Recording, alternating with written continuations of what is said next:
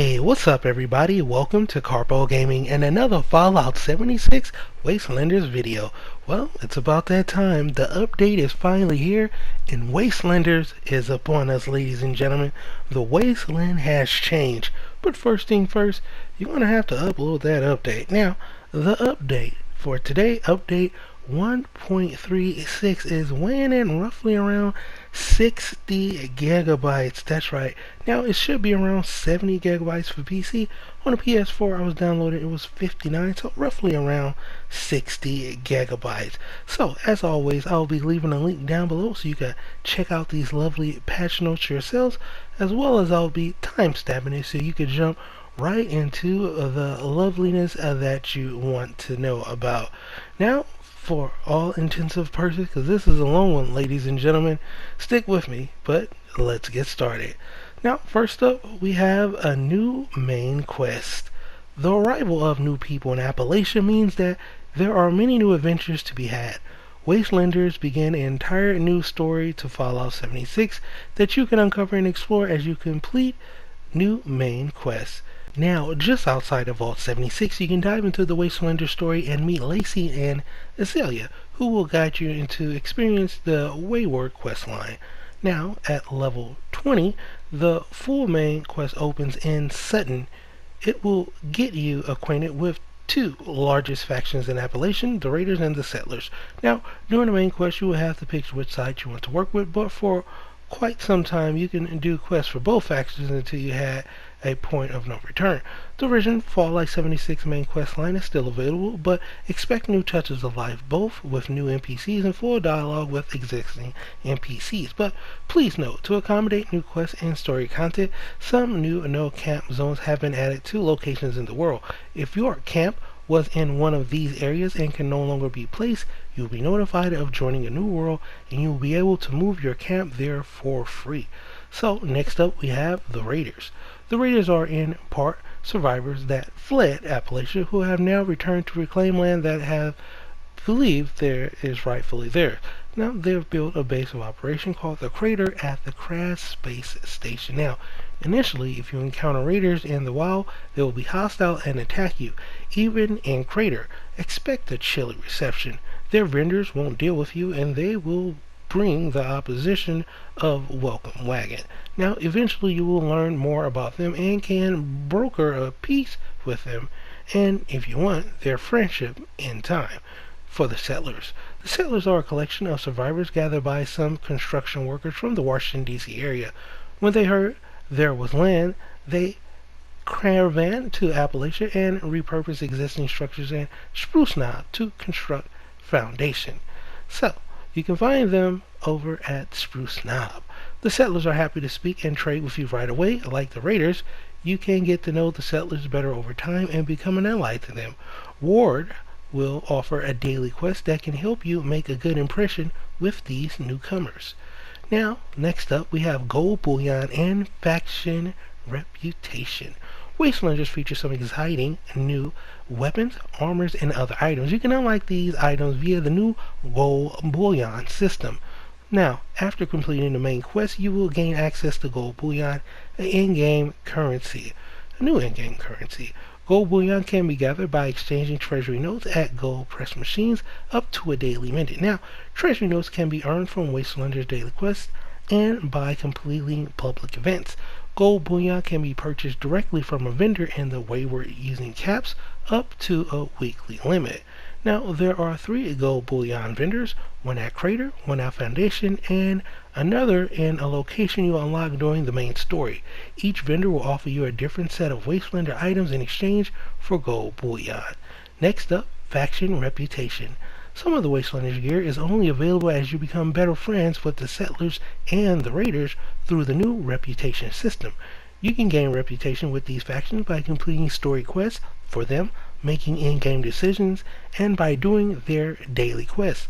Items you can get this way include new weapons like the Gauss shotgun or Gauss minigun, camp items like farmable tiles, and even the yummy Appalachian treat pepperoni rolls, among others. Now, next up, we have allies. Another exciting addition to Wastelanders. Allies are NPCs that you will encounter in the world who can move into your camp, help protect it, and keep you company. Allies also provide adventuring opportunities through daily quests they offer. Two other allies are unique. Both have a mini quest line, romance opportunities, and offer the chance to really get to know some interesting characters. Now, once you reach level 10, strike out to the ash heap or the mire in order to meet them. Now, next up we have repeatable events and daily quests. The event Riding Shotgun. Riding Shotgun is a new event at Big Bend Tunnel East. Take part by speaking with Vinny Costa near the entrance to the tunnel. He offers the event ever so often, so check in with him regularly if you want to help him out. Merchants from the Blue Ridge Caravan want to pass through Big Bend Tunnel with their wares, but devious blood eagles are lying in wait, hoping to make an easy score. Now successfully defend the caravan as the merchants make their way through the tunnel, and you will be handsomely rewarded. The next public event is Radiation Rumble. Now, Radiation Rumble is a challenging new public event that will appear on the map at Emmett Mountain Disposal Site. A group of scavengers has set their sights on mining their precious ore found deep within Emmett Mountain Disposal Site, but they've been backed into a corner by tremendous glowing creatures. Balance your time between defending the scavenger and venturing out to help them mine ore, and they'll give you a stake in their profits, but remember, wear your hazmat suit. Next up, we have new daily quests. There are 4 new daily quests available in Wastelanders, 2 from the Raiders at Crater, 1 from the Settlers at Foundation, and 1 more that you'll discover as you play through the main story quests. The Raiders dailies alternate with 1 of 2 available to you each day. All 4 dailies can be completed to earn treasure, XP caps and some loot. Daily quests from the Raiders and the Settlers will also award you with some reputation to your efforts. Next up, we have some new enemies. Floaters. Floaters are returning creatures from previous Fallout games. They come in 3 variations: Flamer, Freezer, and Chomper. They aren't particularly tough, but when they swarm in with their super mutant brethren, they can really change a battle. Next up, Wendigo Colossus. The elusive Wendigo Colossus is a terrifying monstrosity rumored to only rear its head in areas hit by atomic fire. They are seriously tough, and even a hardy adventurer will find it challenging to square off with one alone. Now, if you plan to hunt down a Wendigo Colossus, please bring friends, and lots of them. Next up, the Blood Eagles. Now, bloodthirsty and cruel, the Blood Eagles are a group of human miscreants fueled by chems who treat the wasteland like their personal playground. Even more frightening are the numbers. Bands of Blood Eagles have sprung up through Appalachia, so keep your weapons close and be ready to defend yourself. Now, next up, the Cult of the Mothman. Now, no one is quite sure what these mysterious cultists are up to, but they recently have begun inhabiting a few existing locations in Appalachia, so stay on guard. If you encounter these cultists in the wild, you can be sure that they won't let you or anyone else get in the way of their rituals. Next up, explore new and updated locations. We've created a number of new locations that you will discover, such as the Watoga Underground, the Deep, the Wayward, New Blood Eagle, and Mothman cultist camps, and more. Now, additionally, with the return of people to Appalachia, many have already left their mark on the world. They transform many existing locations like the Crass Space Station, Spruce Knob, and WV Lumber Corp, among others, to better suit their needs. Next up, arts and graphics. The day and night cycle. Daytime has been lengthened from 8 to 13 game hours so that you have more sunshine while you quest, craft, and explore. Dusk, dawn, and nighttime have been shortened accordingly. That's great. Lightning. We have made significant improvements to all aspects of lighting and rendered systems to bring additional realism and contrast to the game world. Under general updates, Vault 94. As mentioned in previous announcements, Vault 94 and its missions have been shut down along with the release of Wastelanders. Many other item rewards that you could earn by completing missions, including Strangler Heart, Power Armor plans, are now available through the Gold Bullion system. Nuclear Winter. The storm now automatically Streaks based on the number of players who began a nuclear winter match. This should help players get into fun of a match more quickly and spend less time in matchmaking queues.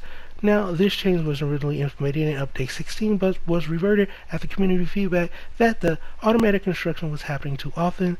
We've since made improvements to this area and have brought this change back with the Wastelanders update. Next up, quality of life improvements. Quest UI updates. Quests have received significant user interface improvement in today's update. Here is a summary of the adjustments that they have made.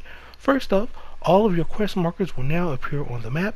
Incentive quests show up as black map markers, and quests you've actively tracking will display the yellow markers you're already familiar with. Main quests display square markers, while side miscellaneous and daily quests show diamond-shaped markers. Clicking a quest marker on the map will display a pop-up showing more details and a description of the quest. There are 3 options on this pop-up that you can select to mark the quest as active, make it your own active quest, or show the quest in your Pip-Boy.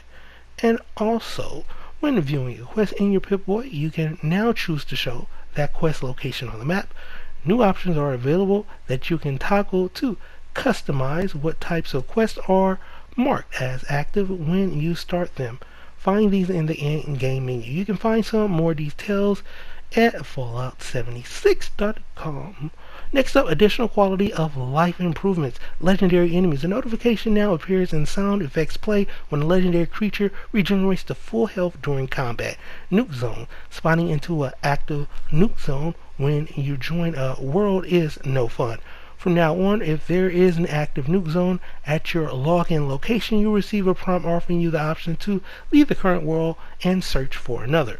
Now, you will be protected from radiation for a short period of time while you make your decision to stay or leave. This protection will end early if you move, attack, or take damage. Press and hold when viewing many types of pre-placed items in the world. You can now press and hold your interact button to quickly make use of those items without entering your Pip-Boy. For example, you can press and hold the interact button quickly to make use of those items without entering your Pip-Boy. For example, you can press and hold the interact button to quickly equip a favorite weapon you find, consume an aid item, or learn or plan a recipe. If you prefer, you can still press the interact button without holding it down and add that item to your inventory. Public events. The description of public events on the map now include a suggestion player level. Radio host. A new arrival named Julia has taken to the airwaves to host Appalachian Radio. Tune in to catch her quips in between tracks. Search perks. The functionality of search perks like Scrounger and Farmer is now automatic. You no longer need to press a button to manually search containers for bonus supplies. You will get a friendly Vault Boy notification when your perk has kicked in. Next up, we have bug fixes. The Wasteland update brings close to 1,000 fixes for bugs that were previously affecting the base game, including many that were reported to us by the Fallout 76 community. Since the list is so lengthy, we've highlighted a selection of the fixtures that we thought you might want to know about or may find interesting as you prepare to head back into Appalachia. Camp and workshops. Auto scrapping. The following items no longer scrap automatically when using the scrap all junk button, since they are ingredients in crafting recipes. Here we go, ladies and gentlemen. Bleach dogwood, bloating gland, bloodwood proboscis. I slaughtered that. Cooking oil, digested goo, mole rat teeth, Mr. Handy fuel, rat scorpion stinger, sting, wind barb, and tick blood sacks. Next up, billboards. Reduce the camp budget cost of many neon billboards by 50%, so you should see a reduction in your camp size. Lights. The mid-century disc lamp now correctly illuminates downward. Scrapping. The Tinker's Workbench now generates component when scrapping. Urban and Forest Scout armor pieces now generate components when scrapped. And turrets address an issue that could prevent turrets from firing at enemies in close range. Combat. VATS. Entering VATS while firing an automatic weapon no longer causes the weapon to stop firing. VATS. Frag mines can now be destroyed by shots fired in VATS. Items. Auto grenade launcher. The heavy barrel mod no longer incorrectly stats that it increases damage. Baseball grenade now requires 2 cork to craft in addition to its other components and no longer requires a baseball. Very interesting. Baseball now automatically scrap when using the scrap or junk button. Baseball grenades damage increased to bring baseball grenades in line with other types of grenades. Bolt action weapons. Players no longer get stuck aiming down sights after pressing the button to aim down sights while chambering an auto rhyme in a bolt action weapon. That's great because I love bolt action weapons. Next up, under buff out, fix the issue causing buff outs to count towards buff out and mentos related challenges. Cultist badge damage increased so that the cultist blade, is now slightly stronger than the machete at every level. Disease cure can now be sold to vendors for caps. iBot helmet. Crafting an iBot helmet now requires a military circuit board instead of a Soltron circuit board. Fusion core. Fix the issue that could deplete a fusion core in the player's inventory when exiting power armor. Gatling laser. Reloading Gatling laser early no longer causes multiple fusion cores to be loaded, which could prevent the player from firing other weapons. Gatling weapons. Firing a Gatling laser or Gatling plasma with a fully charged fusion core no longer empties the magazine after just a few shots, or preventing the magazine from being topped off when reloading. Handmade rifle. The stinging magazine mod no longer holds more ammo than intended and now has an ammo capacity of 25. Harpoon gun. Legendary harpoon guns can no longer incorrectly spawn with the explosive attribute. Legendary armor. Solar and Thorn armors can now correctly spawn with the unyielding legendary attribute. And then under legendary weapons, the plus 250 damage resistance while reloading legendary attribute no longer causes the legendary weapon primary attribute to stop functioning. Magazine Publisher Date issue number 2 now correctly grants the player the ability to find extra bobby pins in bobby pin boxes, and the effect description have been updated also so it can match that. Meat Hook now only benefits from underarm perks and is no longer incorrectly affected by one-handed melee perks. Molotov Cocktail now requires 2 class to grab in addition to the other components and no longer require a beer bottle. Beer bottle now automatically scrap when using the R scrap button. Plasma grenade explosion visual effect now more closely matches the plasma grenade explosion radius. And then under psychotics, fix the issue causing psychotics to count towards buff out related challenges.